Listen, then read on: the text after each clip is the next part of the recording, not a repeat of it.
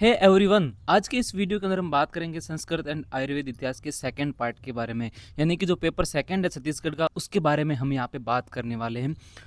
इसके अंदर मैं आपको यहाँ पे पैटर्न पेपर बताऊंगा और साथ ही के अंदर 2025 का या जो पीवाईक्यू है वो आपको यहाँ पे पूरा सॉल्यूशन भी मैं इसके साथ में कराऊंगा। क्वेश्चन को समझेंगे, शुरू कैसे करना है उसका सारा का सारा पैटर्न मैं इसके अंदर आपको बताऊंगा। जो भी स्टूडेंट नए हैं छत्तीसगढ़ के, वो हमारा टेलीग्राम चैनल भी जल्दी से ज्वाइन कर ले। मैं यहाँ पे नीचे डिस्क्रिप्शन में लिंक दे दूंगा। वहाँ पे हम सारी की सारी इन्फॉर्मेशन देते हैं, कब कैसे क्या वीडियो आता है और सारी जो भी आयुष की इन्फॉर्मेशन होता है, जो भी यहाँ पे वाइवा की डेट है, जो भी अपना रिजल्ट की डेट वगैरह होती है, वो सारी की सारी हम यहाँ पे प्रोवाइड करते हैं। तो जो पेपर फर्स्ट था वो यहाँ पे बहुत ही इजी था, ज़्यादा यहाँ पे डिफिकल्ट नहीं था। इजी टू मॉडरेट आप कह सकते हो। कुछ क्वेश्चन यहाँ पे थोड़े से मॉडरेट भी थे, बट यहाँ पे मैक्सिमम जो पूरा क्वेश्चन जो है या पूरा जो पेपर है वो अपना इजी ही था। सेकंड पेपर किस लिए बनता है कि यदि किसी स्टूडेंट के फर्स्ट पेपर के अंदर यदि मार्क्स कम आ जाए तो सेकंड पेपर के अंदर अपन को कवर करना होता है, और सेकंड पेपर पूरा यहाँ पे अपन को भर के नंबर देता है। इसलिए आपको सेकंड पेपर पूरा अच्छी तरीके से अटेंड करना है, एक भी क्वेश्चन छोड़ना नहीं है। लाइन टू लाइन आपको क्वेश्चन करना है, 1 से 8 जो एसएक्यू पहले करने हैं और उसके बाद अपना एलएक्यू करने हैं। काफ़ी स्टूडेंट का यहाँ पे मैसेज था कि सर हमने जो है पहले दूसरा कर लिया उसके बाद फर्स्ट एसएक्यू कर लिया। ऐसे नहीं करना है, आपको कंटिन्यू करना है 1 से 8 तक, 1 2 3 4 5 6 7 8 आपको ऐसे कंटिन्यू करना है। उसके बाद एलएक्यू करना है, या आपकी मर्जी है। यदि आप पहले एलएक्यू करना चाहो तो एलएक्यू भी कर सकते हो, बट अपने सबसे बेस्ट रहता है जैसा क्वेश्चन आता है, जैसा पेपर में आता है एसएक्यू पहले, तो अपन को पहले एसएक्यू ही करना होता है। क्योंकि ये छोटी छोटी सी चीज़ें हैं, ये आगे वाले को इरिटेट नहीं करती है। यदि आप रैंडम वहाँ पे लिखते हो तो जो एग्जामिनर होता है उसको यहाँ पे इरिटेट करने लगता है, वो ऐसे देखने लगता है कि कौन सा है, दूसरा है कि पहला है, इसलिए उसको नंबर देने में भी थोड़ा डिफिकल्ट होता है। इसलिए अपन को सीधा सिंपल सा रखना है। अच्छा, बात करते हैं अपन एसक्यू के बारे में। सीधा अपना पेपर स्टार्ट करते हैं। फर्स्ट क्वेश्चन में आपको अन्वय लिखना होता है और उसका अर्थ लिखना होता है। मैंने पूरा वीडियो अन्वय का अच्छी तरीके से एक्सप्लेन किया है। मैं यहाँ पे उसको अन्वय को पूरे यहाँ पे एक्सप्लेन नहीं कर सकता, इसलिए जल्दी से जाके ये अन्वय का पूरा वीडियो देखो और उसके बाद ये वाले क्वेश्चन करने चाहिए आपको। तो यदि आपकी जगह मैं होता तो अन्वय किस तरीके से लिखता कि सबसे पहले तो 1 से 2 बार यहाँ पे श्लोक को पढ़ना होता है ना। 1 से 2 बार अच्छी तरीके से श्लोक को पढ़ो, जैसे कि कालार्थ कर्मणा योगो हीन मिथ्या अति मात्रक सम्य योगस्य विदेयो रोग आरोग्यक कारणम। यह आयुर्वेद का बहुत ही फेमस श्लोक है। और हाँ, मैं आपको ये भी बता दूं कि आपकी यूनिवर्सिटी यहाँ पे काफ़ी जो श्लोक है वो अपने जो इंपॉर्टेंट श्लोक होते हैं वही यहाँ पे पूछती है। जो फेमस श्लोक होते हैं जो लगभग सबको आता है वही यहाँ पे श्लोक पूछती है। जैसे कि ये वाला श्लोक भी सबको यहाँ पे मुझे उम्मीद है कि याद है। इसका मैंने अन्वय कैसे किया, कैसे आपको करना है, ये अन्वय वाला वीडियो आपको देखना है, उसके बाद ये वाला करना है। यदि आपको समझ में नहीं आ रहा है तो आप ऐसे भी डायरेक्ट सीधा सीधा यहाँ पे लिख सकते हो, जैसे कि काल अर्थ कर्म है ना। काल अर्थ कर्मणाम योगो हीन मिथ्या अतिमात्रक, योग हीन मिथ्या अतिमात्रक सम्यक योगस्य, सम्य योगस्य रोग आरोग्य है ना। मैंने यहाँ पे रोग आरोग्य का पहला लिख दिया, उसके बाद एक कारणम विज्ञेय। इस प्रकार से मैंने इसको तोड़ के जो है पीछे वाले वर्ड को अच्छी तरीके से लिख दिया। आप भी सेम टू सेम ऐसा ही लिख सकते हो, आपसे नहीं बन रहा है। अन्वय एक ऐसी चीज़ है आपको छोड़नी नहीं है। 100% इसके अंदर पीएचडी ना तो मैं कर सकता हूँ, ना आपको यहाँ पे करा सकता हूँ, और ना किसी ने की है ना। तो आपको ये अच्छी तरीके से लिखना है, जैसा आपको आ रहा है वैसा आपको लिखना है, छोड़ना बिल्कुल भी नहीं है। इसका अर्थ क्या हो गया, काल अर्थ और कर्म का हीन मिथ्या या अति योग होना रोग का कारण है, वही इन तीनों का सम्यक योग आरोग्य का कारण होता है। इसे ही रोगों और स्वस्थ्य का एकमात्र यहाँ पे कारण यहाँ पे जानना चाहिए। इस प्रकार से आपको अन्वय भी लिखना है और इस प्रकार से आपको अर्थ भी लिखना होता है। दूसरे एसक्यू की बात करते हैं तो दूसरे एसक्यू के अंदर भी सेम टू सेम वैसा ही क्वेश्चन देखने को मिलता है। आपको श्लोक दिया रहेगा, उसका अन्वय आपको और उसका अर्थ आपको लिखना होता है। जैसे कि वातस्य उपक्रम सने स्वेद संशोधन मर्दु स्वाद अम्ल लवण उष्णानी भोज्य अभ्यंग मर्दनम। इसमें आपको सीधा सीधा यहाँ पे श्लोक दे रखा है, बहुत सिंपल भी श्लोक है। मैंने यहाँ पे अन्वय इसका किस प्रकार से किया कि वातस्य उपक्रम सने स्वेद मर्दु संशोधन, सेम टू सेम यहाँ पे लिख दिया। स्वाद अम्ल लवण उष्णानी भोजन अभ्य मर्दनम। ठीक है, आपको बस सीधा सीधा इस प्रकार से अन्वय यहाँ पे कर देना है।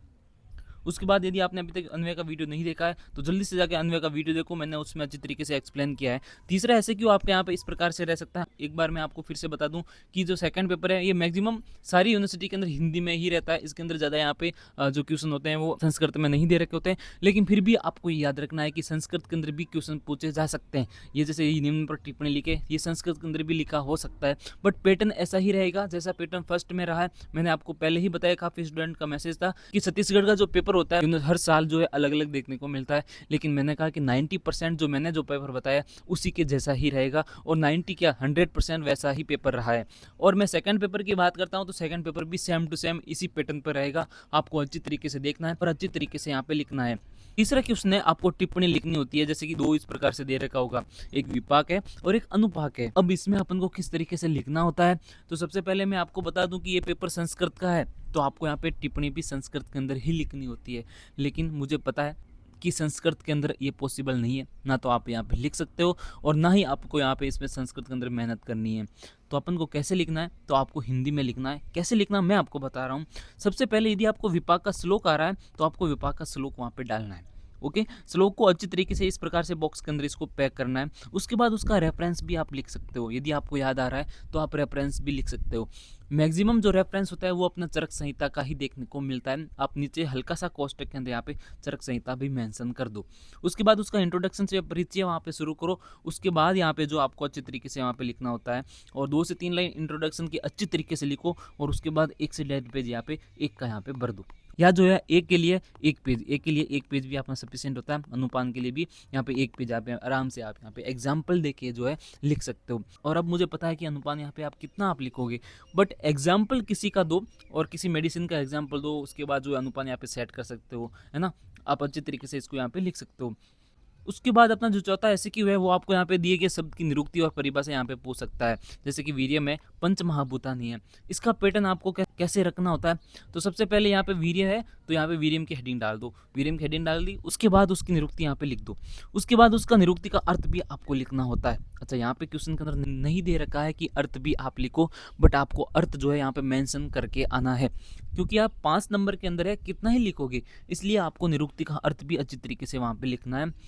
उसके बाद इसका यहाँ पे पर्याय नहीं, यहाँ पे परिभाषा पूछा है ना, यहाँ पे परिभाषा पूछा है, तो पर्याय यदि आपको याद आ रहा है तो पर्याय भी आप वहाँ पे लिख के आओ, कोई दिक्कत नहीं है। कम से कम यहाँ पे 4 पर्याय यहाँ पे लिख के आओ। लेकिन यहाँ पे जो है यहाँ पे परिभाषा पूछा है, तो यहाँ पे आधे पेज या 1 पेज के अंदर इसकी परिभाषा भी अच्छी तरीके से यहाँ पे लाइन टू लाइन इस प्रकार से यहाँ पे लिख के आओ। ओके, उसके बाद अपन बात करते हैं 5वें अपने एसक्यू के बारे में। तो इसके अंदर आपको निम्न का संस्कृत में अनुवाद करना होता है। आपको संस्कृत में अनुवाद यहाँ पे पूछेगा, आपको हिंदी में सेंटेंस दे रखा है, बस आपको सीधा सीधा उसको संस्कृत के अंदर बनाना है। जैसे कि मैं कैसे बनाता था, हिंदी का है आपको दे रखा होगा, आपको यहाँ पे संस्कृत में बनाना है, सेंटेंस बनाने की कोशिश करना है, कर्ता कर्म क्रिया को आपको बस सेट करना है। और आपको तो सीधा सीधा पैराग्राफ नहीं दे रखा है, आपको सीधा सीधा सेंटेंस दे रखा है। बहुत सारी यूनिवर्सिटी के अंदर ये पैराग्राफ दिया जाता है, आपको सेंटेंस दे रखा है, बहुत अच्छी बात है। हो सकता है कि पैराग्राफ आ जाए, बट यहाँ पे बहुत कम चांस है कि पैराग्राफ आपकी यूनिवर्सिटी यहाँ पे दे दे। आपकी यूनिवर्सिटी यहाँ पे सेंटेंस ही देगी इस बार भी, और आपको कोई भी यहाँ पे क्वेश्चन छोड़ना नहीं है। जैसा आपसे बन रहा है संस्कृत के अंदर आपको यहाँ पे बना के आना है।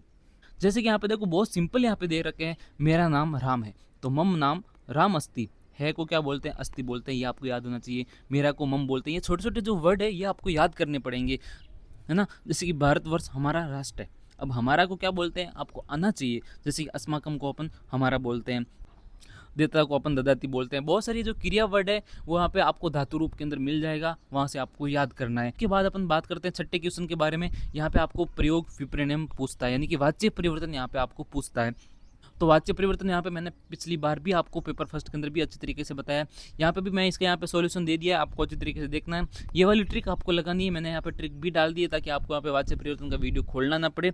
अच्छी तरीके से यहाँ पे इसकी ट्रिक देखो, और यदि आपको वीडियो देखना भी है तो यहाँ पे आराम से जाके आप यहाँ पे देख सकते हो। मैंने अच्छी तरीके से वहाँ पे इसको एक्सप्लेन किया है। 7वां जो अपना क्वेश्चन है, यहाँ पे आपको हिंदी में अनुवाद करना होता है। जो भी आपको संस्कृत के अंदर दे रखा है उसको आपको हिंदी में अनुवाद करना है। जैसे कि अहम वने गच्छामि, यानी कि मैं वन जाता हूँ, छात्रा विद्यालय पठन्ति, छात्रा विद्यालय में पढ़ती है। इस प्रकार से जो आपको यहाँ पे सिंपल से यहाँ पे दे रखे हैं। उसके बाद अपना 8वां एसक्यू है, वो आपको श्लोक का यहाँ पे पदच्छेद पूछता है, और साथ ही के अंदर जो भी यहाँ पे नीचे लाइन दे रखी है, जो भी नीचे लाइन खींच रखी है, उसका आपको शब्द रूप और धातु रूप बताना होता है। पदच्छेद कैसे लिखना है मैंने अच्छी तरीके से ऑलरेडी एक्सप्लेन किया है वीडियो के अंदर। यहाँ पे भी मैं आपको हल्की इन्फॉर्मेशन दे दूँ, बस जो भी संधि और समास है उसको तोड़ दो और सीधा सीधा यहाँ पे सेंटेंस लिख दो, जिस प्रकार से मैंने यहाँ पे लिखा है। आप यहाँ पे देख सकते हो, वीडियो को पॉज करके आराम से। यहाँ पे बहुत ही इजी है, और इसका शब्द रूप और धातु रूप का आपको मैंने पैटर्न पहले ही बताया। यहाँ पे भी मैंने इसको मेंशन किया कि किस प्रकार से आपको लिखना है। हाँ, धातु रूप जो है आपको आत्मनेपदी और प्रश्नपदी यहाँ पे ऊपर लिखना है, उसके बाद सेम टू सेम इसी सीरीज के अंदर आपको लिखना है। बस यहाँ पे अच्छी तरीके से इसको यहाँ पे लिखो। यदि आपको ये समझ में नहीं आ रहा है इसका यहाँ पे क्या होगा, तो आपको मेरे यहाँ पे कमेंट में करना है, मैं आपको यहाँ पे इसका सॉल्यूशन भी यहाँ पे कमेंट के अंदर भेज दूंगा। उसके बाद अपन बात करते हैं एलएक्यू के बारे में। तो एलएक्यू के अंदर यहाँ पे फर्स्ट एलएक्यू है वो आपको यहाँ पे कथा का सारांश यहाँ पे पूछता है, वो भी किसके के अंदर, कौन सी लैंग्वेज के अंदर, संस्कृत के अंदर। आपकी यूनिवर्सिटी थोड़ी सी अजीब है, इसलिए है क्योंकि किसी भी यूनिवर्सिटी में अपन को संस्कृत के अंदर अनुवाद नहीं लिखना होता है, सारांश जो है संस्कृत के अंदर नहीं पूछा जाता है। हाँ, संस्कृत सब्जेक्ट है तो संस्कृत में अपन को लिखना होता है, बट कोई भी यूनिवर्सिटी मेंशन नहीं करती है। बट आपकी यूनिवर्सिटी यहाँ पे संस्कृत में यहाँ पे मेंशन किया है, तो आप यहाँ पे इसको हिंदी में नहीं लिख सकते। सीधी सी बात है, आप यहाँ पे हिंदी में नहीं लिख सकते। तो आपको कैसे लिखना है मैं आपको यहाँ पे बताता हूँ कि सबसे पहले तो आपको कथा का नाम, यहाँ पे जो भी 5 कथाएं दे रखी है आपको अच्छी तरीके से उसका नाम याद करना है। अच्छा सर, 5 पेज लिए, 5 पेज में एक एक पेज पे यहाँ पे आपको नाम याद करना है। फिक्स क्वेश्चन है, यहाँ पे आपका सारांश यहाँ पे पूछेगा ही पूछेगा, ठीक है। उसके बाद आपको संस्कृत में लिखना होता है। 5 कथा का यहाँ पे सारांश आपको हिंदी में याद करना है, आपको दिमाग के अंदर सोचना है, आपको अपने फ्रेंड को बताना है ना, जो भी आपके दोस्त है उसको आपको यहाँ पे इसको शेयर करना है कि मैं जो है यहाँ पे 5 यहाँ पे समरी बता रहा हूँ किसी भी कथा की, वो आपको अपने दोस्त को यहाँ पे सुनाना है। उसको भी बोलना है कि तू भी मेरे को बता दे बट पहले मेरी सुन, ओके। उसके बाद जो है आपको यहाँ पे रफ पेज लेना है। मैंने जैसे आपको बताया कि 5 पेज इस प्रकार से आपको लेना है ना। तो एक पेज पे यहाँ पे हेडिंग डाल दी, दूसरे, तीसरी, चौथी। अब यहाँ पे आपको 10 सेंटेंस कम से कम यहाँ पे संस्कृत में बनाने की कोशिश करनी है। यहाँ पे बनाने की कोशिश करनी है तो ही यहाँ पे एग्जाम के अंदर बनेगा, नहीं तो एग्जाम के अंदर नहीं बन पाएगा।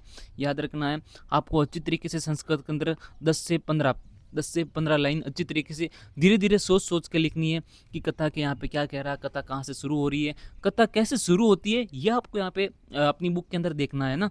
कथा किस प्रकार से शुरू होती है, कौन कौन से उसमें कर्ता यहाँ पे यूज हुए है ना, कौन कौन से सब ऑब्जेक्ट वहाँ पे यूज हुए, वो आपको अच्छी तरीके से उसके अंदर जो है एक्सप्लेन करना है। आपको जो है सेंटेंस जो है इस प्रकार से लिखना, ना कि ऐसे पैराग्राफ के अंदर आप लिख के आ जाओ, नहीं। एक सेंटेंस लिखा उसके बाद लाइन छोड़ दी, दूसरा सेंटेंस लिखना, जैसे कि यहाँ पे पहला सेंटेंस लिखा उसके बाद यहाँ पे स्पेस दे दिया, एक लाइन छोड़ दी, उसके बाद दूसरी लाइन लिखनी है। इस प्रकार से कम यहाँ पे 2 पेज इसका यहाँ पे आराम से हो जाएगा ना। 2 पेज के अंदर आप इसको अच्छी तरीके से लिख के आओ। उसके बाद जो अपना दूसरा एमसीक्यू है वो आपको यहाँ पे टिप्पणी फिर से यहाँ पे पूछता है, जैसे कि इस प्रकार से दे रखा है। आपको मैंने ऊपर भी बताया कि टिप्पणी किस प्रकार से लिखना होता है। जैसे कि यहाँ पे आयुर्वेद है तो यहाँ पे श्लोक याद देती है आपको, यहाँ पे श्लोक सबसे पहले मेंशन करना है, उसको बॉक्स के अंदर ऐसे अच्छी तरीके से पैक करना है ब्लैक पेन से। उसके बाद उसका रेफरेंस लिखना है, उसके बाद इंट्रोडक्शन से वहाँ पे शुरू करना है। इसका यहाँ पे डेट पेज आपको भरना है। वैसे यहाँ पे बी का यहाँ पे डेट पेज आपको भरना होता है। इस प्रकार से टोटल 4 पेज हो जाएंगे। 4 तो नहीं होते सर, 3 ही हुए। तो किस प्रकार से हो गया कि फर्स्ट पेज इस प्रकार से हो गया, तो यहाँ पे ये कितना हो गया डेट, यहाँ से आपको छोड़ देना है। नया पेज यहाँ से आपको स्टार्ट करना है, तो यहाँ से स्टार्ट कर दिया और यहाँ पे आपको खत्म करना है। तो टोटल कितने पेज हो गया, 4 पेज तो यहाँ पे भर गए ना। हाँ, कुछ यहाँ पे लाइन खाली हुई बट यहाँ पे 4 पेज वो काउंट किए जाएंगे। उसके बाद जो अपना तीसरा एलक्यू है वो आपको यहाँ पे निरुक्ति और पर्याय से रहेगा। आपको यहाँ पे 5 दे रखा होगा, 2-2 नंबर के। आपको निरुक्ति और पर्याय यहाँ पे लिखने हैं। मैंने ऊपर बताया आपको निरुक्ति के साथ में आपको अर्थ भी लिखना है और उसके साथ 4 कम से कम यहाँ पे 4 पर्याय। ओके, आपने अभी तक इसका वीडियो यदि नहीं देखा है तो जल्दी से जाकर यहाँ पे वीडियो देखो। इसका भी यहाँ पे अच्छी तरीके से ट्रिक के साथ में इसको एक्सप्लेन किया है। उसके बाद अपना जो चौथा एलक्यू है वो यहाँ पे थोड़ा बड़ा रहता है। इसके अंदर क्या है कि श्लोक आपको दिया रहेगा, इसके अंदर आपको पदच्छेद, विग्रह वाक्य, अन्वय, वाक्यार्थ और शास्त्रार्थ, इस प्रकार से टोटल 5 चीज़ें यहाँ पे पूछी जाती है। तो यहाँ पे आपको पदच्छेद लिखना होता है, अन्वय, शास्त्रार्थ, वाक्यार्थ और विग्रह वाक्य। इस प्रकार से आपको 5 चीज़ें लिखनी है। विग्रह वाक्य के अंदर आपको संधि और समास यदि इसके अंदर है तो आपको यहाँ पे मेंशन करना है। तो यहाँ पे जो है बहुत ही सिंपल श्लोक दे रखा है, इसलिए मैंने इसको पदच्छेद, अन्वय, शास्त्रार्थ, वाक्यार्थ कुछ भी इसका एक्सप्लेन नहीं किया, मेरा मन ही नहीं किया, है ना, क्योंकि बहुत सिंपल श्लोक है, बहुत ही बेसिक श्लोक आयुर्वेद का यहाँ पे दे रखा है।